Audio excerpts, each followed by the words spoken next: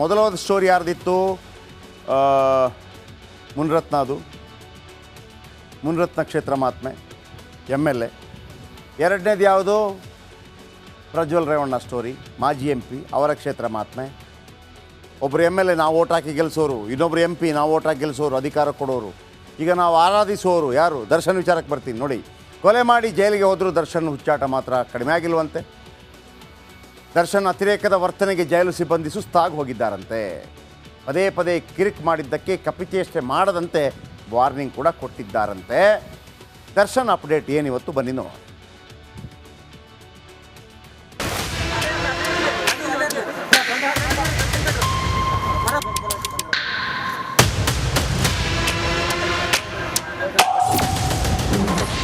TV ಕೇಳಿದ ದರ್ಶನ್ಗೆ ಖಡಕ್ ವಾರ್ನಿಂಗ್.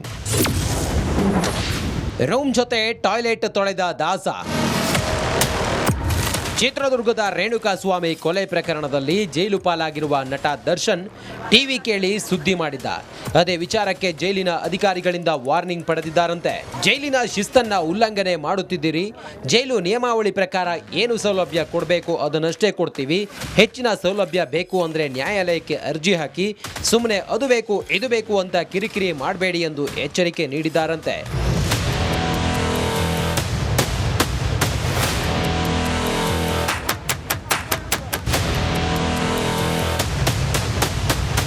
ಜೈಲಿಗೆ ಹೋಗುವ ಮುನ್ನ ರಾಜನಂತಿದ್ದ ದರ್ಶನ್ ಪಾಡು ಇದೀಗ ಯಾರಿಗೂ ಬೇಡವಾಗಿದೆ. ಬಳ್ಳಾರಿ ಜೈಲಿನ ಸೆಲ್ನ ಕಸಗುಡಿಸಿ ಶೌಚಾಲಯ ಸ್ವಚ್ಛಗೊಳಿಸುವ ಕೆಲಸವನ್ನ ತಾವೇ ಮಾಡಿಕೊಳ್ಳುತ್ತಿದ್ದಾರಂತೆ. ಪೊರ್ಕೆ ಕೈಯಲ್ಲಿ ಪೊರ್ಕೆ. ಬಳ್ಳಾರಿ ಜೈಲಿನಲ್ಲಿ ನಟ ದರ್ಶನ್ಗೆ ಅಸಲಿ ಸೆರೆವಾಸದ ದರ್ಶನವಾಗಿದೆ. ಚಾಲೆಂಜಿಂಗ್ ಸ್ಟಾರ್ ಸೆಲ್ನಲ್ಲಿ ಕಸ ಗುಡಿಸುತ್ತಿದ್ದಾರಂತೆ. ತಮ್ಮ ಬಟ್ಟೆ ತಾವೇ ತೊಳೆಯುತ್ತಿದ್ದಾರಂತೆ. ತಮ್ಮ ಶೌಚಾಲಯವನ್ನ ತಾವೇ ಕ್ಲೀನ್ ಮಾಡ್ತಾರಂತೆ. ಯಾಕಂದ್ರೆ ಪ್ರತಿಯೊಂದು ಜೈಲಿಗೂ ಅದರದ್ದೇ ಆದ ರೂಲ್ಸ್ ಇರುತ್ತೆ. ಪ್ರತಿ ವಾರಕ್ಕೊಮ್ಮೆ ಸ್ವಚ್ಛತಾಗಾರರು ಶೌಚಾಲಯ ಸ್ವಚ್ಛ ಮಾಡ್ತಾರೆ. ಉಳಿದ ದಿನ ಆರೋಪಿಗಳೇ ಕ್ಲೀನ್ ಮಾಡಿಕೊಳ್ಬೇಕು. ಆದ್ದರಿಂದ ದರ್ಶನ್ ಸಹ ತಮ್ಮ ಸೆಲ್ ಅನ್ನ ತಾವೇ ಗುಡಿಸಿಕೊಳ್ತಾರೆ.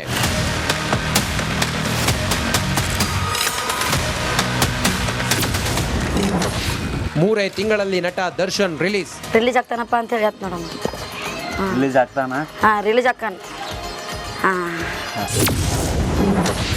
ಸೂಪರ್ ಹಿಟ್ ಆಗುತ್ತಂತೆ ಡೆವಿಲ್. ಮುಂದಿನ ಪಿಕ್ಚರ್ ಡೆವಿಲ್ ಆಯ್ತು ಅಂದ್ರೆ ಹಿಟ್ ಆಗ್ತೈತೋ ಇಲ್ಲೋ ಅಂದ್ರೆ ಹಗರ್ ಬಾ. ದರ್ಶನ್ಕಿಂತ ಹಗರ ಬತ್ತ ನೋಡಿ ನನಗೆ. ಈಗ ಡೆವಿಲ್ ಫಿಲ್ಮ್ ಬಗ್ಗೆ ಕೇಳಿದಾರೆ, ಅದನ್ನು ಮತ್ತೆ ಸಖತ್ತಾಗಿ ಹಿಟ್ ಆಗ್ತೈತೆ ಅಂತ ಹೇಳಿದ್ರು. ನಟ ದರ್ಶನ್ ಅಭಿಮಾನಿಯೊಬ್ಬ ಜೋಕುಮಾರ ಸ್ವಾಮಿ ಬಳಿ ಭವಿಷ್ಯ ಕೇಳಿದ್ದಾರೆ. ವಿಜಯಪುರದ ಸಚಿನ್ ಜಾಮದಾರ್ ಎಂಬಾತ ಜೋಕುಮಾರ ಸ್ವಾಮೀಜಿಯ ಬುಟ್ಟಿ ಎತ್ತಿ ಕೇಳಿದ ಪ್ರಶ್ನೆಗೆ ಉತ್ತರ ಸಿಕ್ಕಿದೆ. ಜೈಲಿಂದ 3 ತಿಂಗಳಲ್ಲಿ ದರ್ಶನ್ ಹೊರಗೆ ಬರುತ್ತಾರೆ. ಡೆವಿಲ್ ಸಿನಿಮಾ ಹಿಟ್ ಆಗುತ್ತೆ ಎಂದು ದೇವರು ಪಾಸಿಟಿವ್ ಭವಿಷ್ಯ ನೀಡಿದೆ. ರಿಲೀಸ್ ಆಗ್ತಾನ? ರಿಲೀಸ್ ಆಗ್ತಾನ. ಮುಂದಿನ ಪಿಕ್ಚರ್ ಡೆವಿಲ್ ಆಯ್ತು ಅಂದ್ರೆ ಹಿಟ್ ಆಗ್ತೈತೋ ಇಲ್ಲೋ ಅಂದ್ರೆ ಹಗರ್ ಬಾ. ದರ್ಶನ್ಕಿಂತ ಹಗರ ಬತ್ತ ನೋಡಿ ನನಗೆ. ವಿಜಯಪುರದಿಂದ ಶಶಿಕಾಂತ್ ಜೊತೆ ರೇಣುಕಾರಾಧ್ಯ, ಬಳ್ಳಾರಿ, ರಿಪಬ್ಲಿಕ್ ಕನ್ನಡ. ಗನ್ ತೋರಿಸಿ ಅತ್ಯಾಚಾರ ಮಾಡ್ತಾನೆ, ವಿಡಿಯೋ ರಿಲೀಸ್ ಮಾಡ್ತೀನಿ ಅಂತ ಹೇಳ್ತಾನೆ. ನಾನು ಏನು ಫೋಟೋದ್ಲ ಹಾಕೆ ಎಲ್ಲ ಆಯ್ತಾ? ಒಂದು ಕರ್ಮಕಾಂಡ.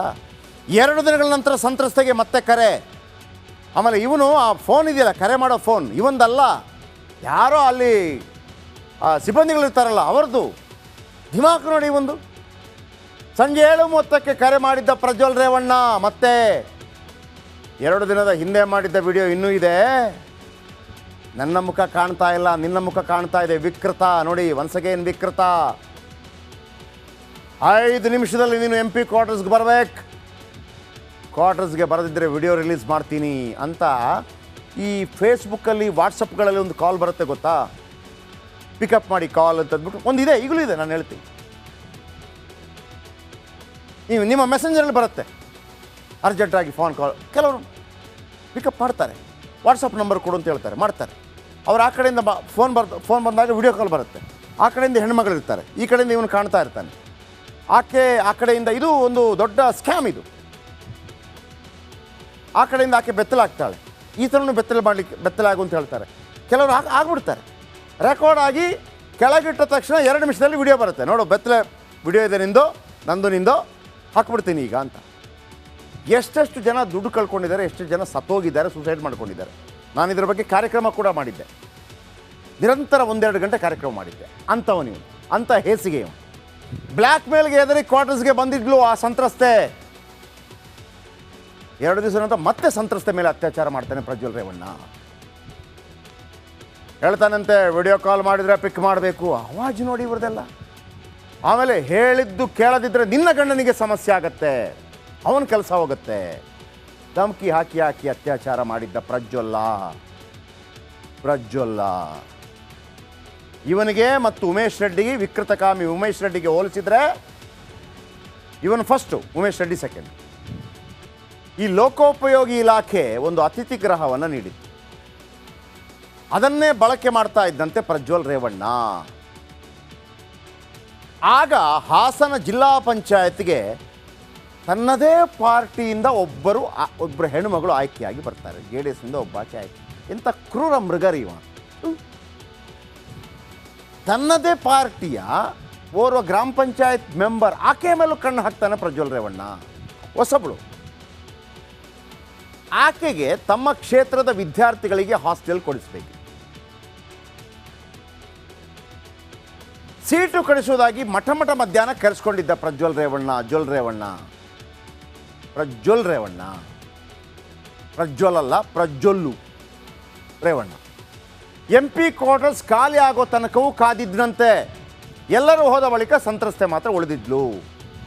ಹೊಸದಾಗಿ ಆಕೆಯಾದಂಥ ಮೆಂಬರು ಕೈ ಹಿಡಿದು ಹೇಳೋದು ಮೊದಲ ಮಾಡಿಗೆ ಕರ್ಕೊಂಡು ಹೋಗ್ತಾನೆ. ಇದನ್ನು ಆಕೆ ಹೇಳ್ತಾಳೆ. ಓಕೆ, ಇದು ಮತ್ತೆ ಕೇಳಬೇಡಿ, ನೀವು ನೋಡಿದ್ರಾ, ನೀವಲ್ಲಿದ್ರಾ, ಹಂಗೆಲ್ಲ. ಇದು ಚಾರ್ಜ್ ಶೀಟಲ್ಲಿ ಅವ್ರು ಏನಿತ್ತು ಅದನ್ನು ನಾವು ಹೇಳ್ತಿರೋದು.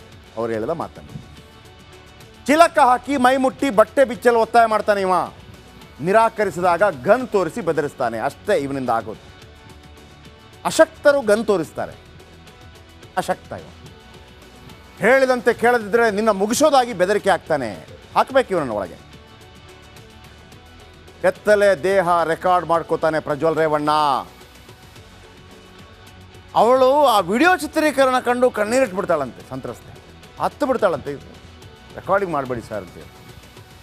ಆಮೇಲೆ ಅಲ್ಲಿಯ ಕುಹಕ ನೋಡಿ ಇವನಿಗೆ.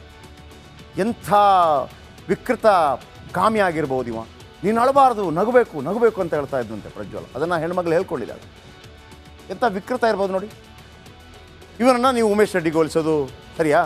ಉಮೇಶ್ ರೆಡ್ಡಿ ಬೈದ್ಬಿಡ್ತಾನೆ ಬಂದು, ನನ್ನನ್ನು ಅವನಿಗೆ ಹೋಲಿಸ್ಬೇಡಿ ಸರ್ ಅಂತ ಅಂದ್ಬಿಟ್ಟು. ಅವನಿಂದ ನಾನು ಬೆಟರ್ ಇದ್ದೀನಿ ಅಂತ. ಹಾಗಾಗಿ ಸಾರಿ ಉಮೇಶ್ ರೆಡ್ಡಿ,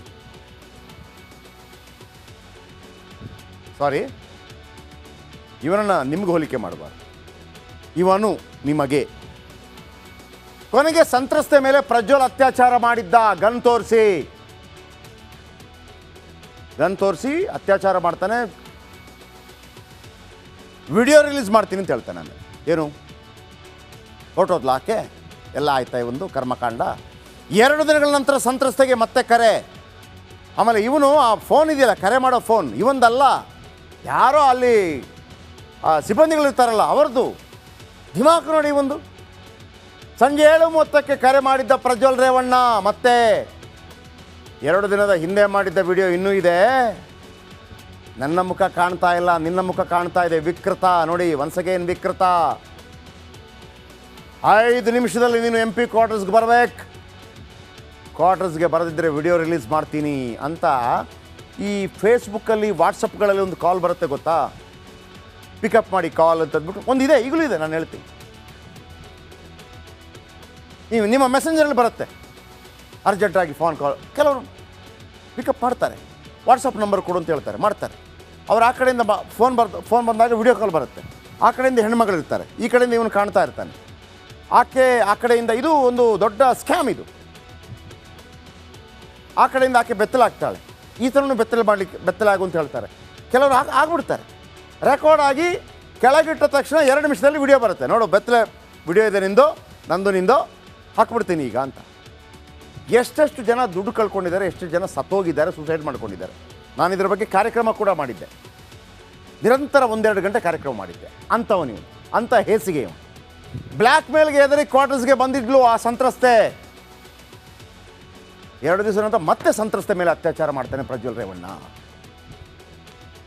ಹೇಳ್ತಾನಂತೆ ವಿಡಿಯೋ ಕಾಲ್ ಮಾಡಿದರೆ ಪಿಕ್ ಮಾಡಬೇಕು. ಆವಾಜ್ ನೋಡಿ ಇವ್ರದೆಲ್ಲ. ಆಮೇಲೆ ಹೇಳಿದ್ದು ಕೇಳದಿದ್ದರೆ ನಿನ್ನ ಗಂಡನಿಗೆ ಸಮಸ್ಯೆ ಆಗತ್ತೆ, ಅವನ ಕೆಲಸ ಹೋಗುತ್ತೆ. ಧಮಕಿ ಹಾಕಿ ಹಾಕಿ ಅತ್ಯಾಚಾರ ಮಾಡಿದ್ದ ಪ್ರಜ್ವಲ್ಲ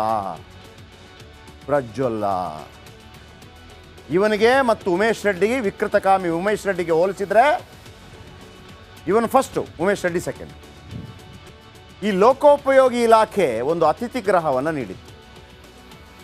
ಅದನ್ನೇ ಬಳಕೆ ಮಾಡ್ತಾ ಇದ್ದಂತೆ ಪ್ರಜ್ವಲ್ ರೇವಣ್ಣ.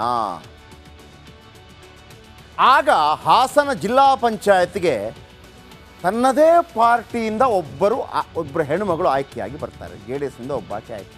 ಇಂಥ ಕ್ರೂರ ಮೃಗರಿ ಇವ.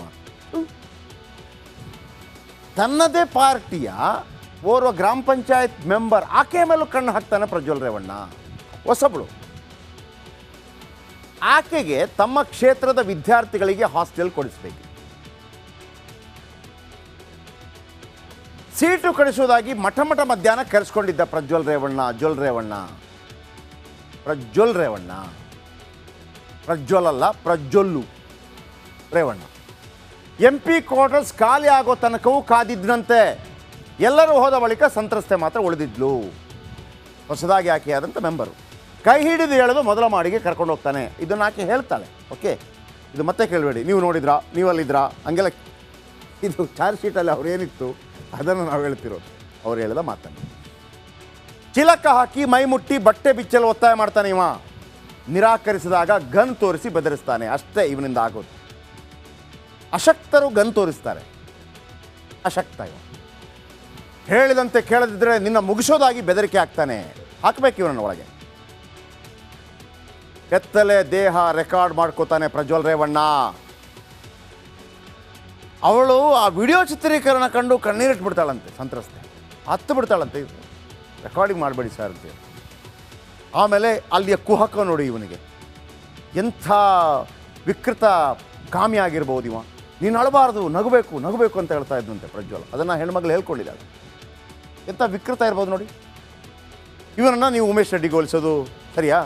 ಉಮೇಶ್ ರೆಡ್ಡಿ ಬೈದ್ಬಿಡ್ತಾನೆ ಬಂದು, ನನ್ನನ್ನು ಅವನಿಗೆ ಹೋಲಿಸ್ಬೇಡಿ ಸರ್ ಅಂತ ಅಂದ್ಬಿಟ್ಟು. ಅವನಿಂದ ನಾನು ಬೆಟರ್ ಇದ್ದೀನಿ ಅಂತ. ಹಾಗಾಗಿ ಸಾರಿ ಉಮೇಶ್ ರೆಡ್ಡಿ, ಸಾರಿ. ಇವನನ್ನು ನಿಮ್ಗೆ ಹೋಲಿಕೆ ಮಾಡಬಾರ್ದು. ಇವನು ನಿಮಗೆ. ಕೊನೆಗೆ ಸಂತ್ರಸ್ತೆ ಮೇಲೆ ಪ್ರಜ್ವಲ್ ಅತ್ಯಾಚಾರ ಮಾಡಿದ್ದ ಗನ್ ತೋರಿಸಿ.